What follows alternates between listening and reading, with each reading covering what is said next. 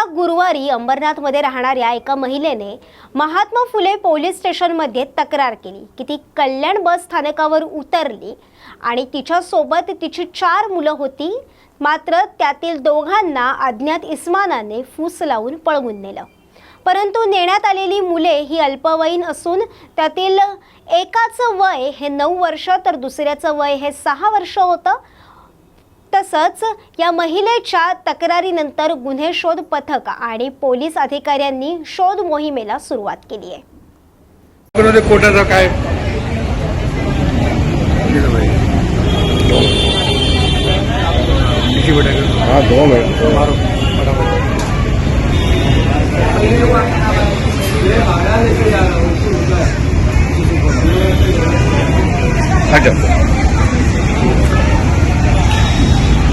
MSc नीचे low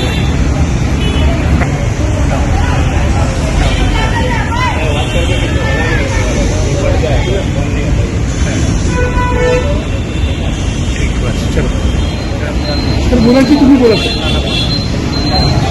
नाव वगैरे विचारा ना। नंबर याद आहे पूरा, इसका नंबर है तो आप उनके साथ क्यों गए? उनके साथ क्यों गए आप?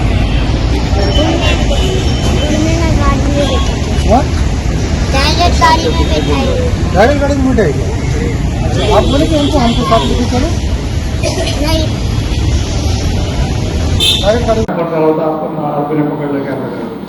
दिनांक 3/10/2024 रोजी अंबरनाथ येथे राहणारी महिला शर्मिला शुक्ला ही पोलीस स्टेशन आली आणि तिने माहिती दिली की ती कल्याण बस स्थानकावर उतरली असताना तिच्यासोबत तिचे 4 मुले होते, परंतु अज्ञात काही इस्मांनी त्यातील 2 मुलांना फूस लावून पळून नेले आहे।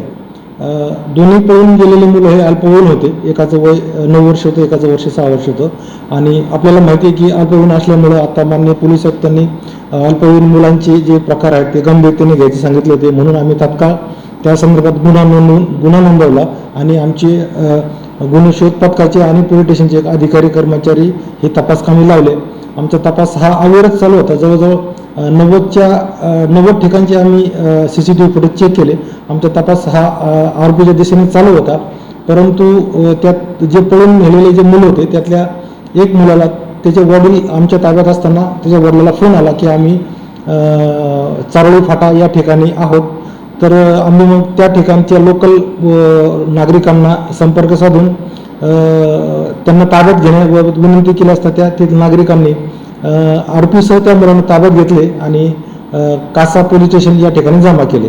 मग आमचं त्यानंतर DB पथक जाऊन त्यांना आरोपीसह ताब्यात घेऊन आलं आणि आता आम्ही त्या आरोपींना या गुन्ह्यात अटक करून कोर्टासमोर सादर केले असता त्यांना 2 दिवसाची पोलीस कोठडी देण्यात आलेली आहे। आरोपी कोण आहे, त्यांना काय टाकेल? आरोपी हे नामवंत गुन्हेगार आहेत। सांगली जिल्ह्यात त्यांच्यावरती चोरीच्या गुन्ह्याची नोंद आहे आणि बहुतेक ते या मुलांना भविष्यामध्ये चोरी करण्याच्या उद्देशानेच नेले असावे अशी आमची तपासात निष्पन्न होत आहे। तर त्याप्रमाणे आम्ही गुन्ह्याच्या कलमात वाढ करून त्याप्रमाणे कारवाई केलेली आहे। हा, आरोपीमध्ये 2 महिला आहेत, त्यांचाही क्रिमिनल रेकॉर्ड आहे। न्यूज मराठी 24/7, नवा भारत नवा विचार। काँग्रेसचे खासदार चंद्रकांत हंडोरे यांचा मुलगा गणेश हंडोरे याने काल रात्री एका दुचाकीस्वाराला कारने धडक देऊन पळून गेल्याची घटना समोर आली आहे। गणेश हा त्याच्या लहान मुलासह ज्यूस पिण्यासाठी गोवंडीच्या दिशेने जात होता, मात्र चेंबूर इथल्या आचार्य कॉलेज जवळ त्याने गोपाळ आठवरे या दुचाकीस्वाराला मागून धडक दिली आणि तिथून पळ काढला। या प्रकरणात गोवंडी पोलिसांनी गुन्हा दाखल करून घेतलाय, तसंच गाडीचा शोध देखील सुरू केलाय। तर पोलिसांनी गाडी छेडानगर इथून ताब्यात घेतली आहे, तर आरोपी गणेश हंडोरेला त्यांच्या घरून अटक केलंय।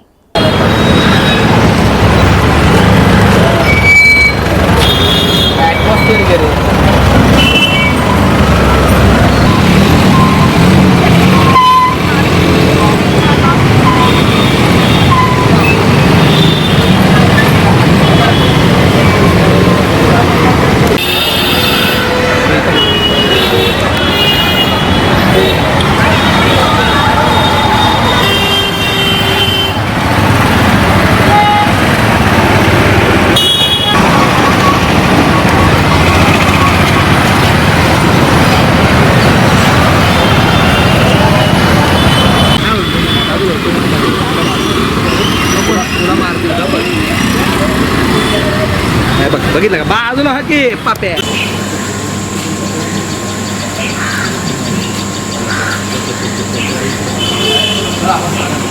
तूच पुढे आलास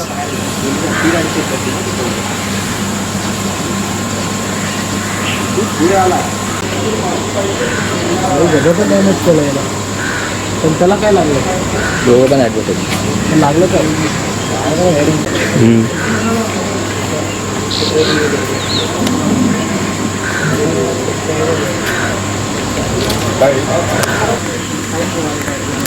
विचारलं डॅश किंवा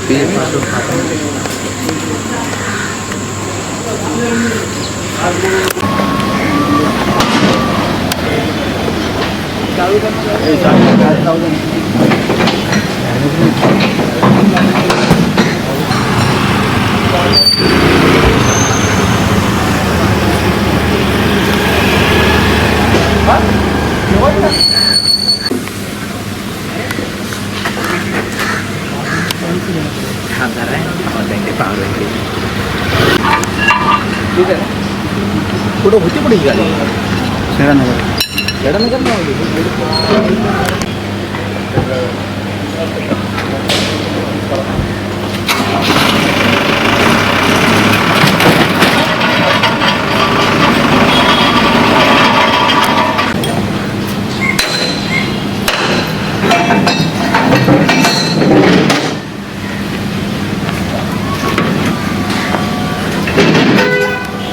सर काल खासदार चंद्रकांत हांडोलेच्या मुलाने एका व्यक्तीला उडवलं इंटरनलचं प्रकरण आपण दाखल केलेलं आहे. काय संपूर्ण प्रकरण?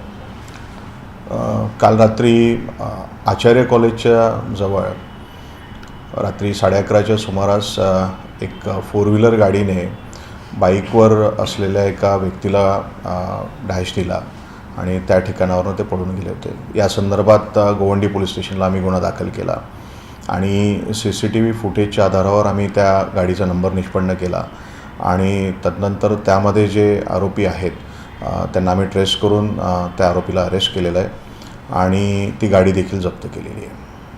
सर आता ही व्यक्ती जी आहे ती खासदारांचा पुत्र असल्याचं कळतं आहे. नेमकं या संदर्भात आता पुढे काय कारवाई झालेली आहे? त्यांना ॲडमिट केल्याचं माहिती मिळतं. आरोपींना अरेस्ट केल्यानंतर आम्ही त्यांचं जे मेडिकल केलं. मेडिकल दरम्यान त्यांची शुगर लेवल ही 500पेक्षा जास्त असल्याची आणि BP देखील फ्लक्च्युएट होत असल्याचं दिसून आलं. त्यानुसार शताब्दी हॉस्पिटलने त्यांना JJ हॉस्पिटलला रेफर केलेलं आहे आणि ते त्या ठिकाणी त्यांना ॲडमिट करण्यात आलेलं आहे. सर यामध्ये ड्रंक अँड ड्राईव्हचा आरोप होता आहे. नेमकं या संदर्भात तपासणी झाली आहे का? विक्टीम जे आहेत ते या संदर्भामध्ये ॲडमिट आहेत, परंतु आरोपीच्या रक्ताची जी तपासणी ती आम्ही केलेली आहे आणि अद्याप जो तपास झाला त्यामध्ये असं कुठल्याही प्रकारचं दारूप्रोशन केल्याचं समोर आलेलं नाही आहे. हे नेमके कशासाठी कुठे गेले होते आणि कधी परत होते, कशासाठी परत होते? यातलं विक्टीम जे आहेत ते विक्टीम त्यांचे वडील ॲडमिट होते सायन हॉस्पिटलला, तर त्या संदर्भात सायन हॉस्पिटलमधनं घरी परत येत होते आणि त्यांच्या मागणंच ही जी गाडी आहे ती गाडी देखील त्या रस्त्यावरनं जात असताना हा प्रकार झालेला आहे.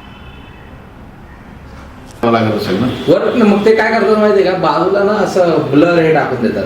म्हणजे मजा नाही. ठीक आहे, याच्यानंतर सांगतो मी. हो बी देते. तसं असेल तर ते बेटर राहतं. देतो त्याला आम्हाला काही काम करावं नाही लागेल. दुसरं नाही टाकून देतो. बोला करिए ना पुलिस में आप एक बार मीटिंग बुलाएंगे ऐसा करने को वो ऐसा नहीं भाग दो नीचे. अच्छा वर्टिकल नहीं चाहिए ना आपको, हॉरिझॉन्टल चाहिए. हॉरिझॉन्टल ऐसा राहील ना. म्हणजे ज्या बॅकग्राऊंडवर विक्टी आपला आरोपी दिसतोय ते सगळं मुद्देमाल दिसतोय आणि ज्या टीमने काम केलं ते आहेच ते वापर. न्यूज मराठी 24/7 नवा भारत नवा विचार.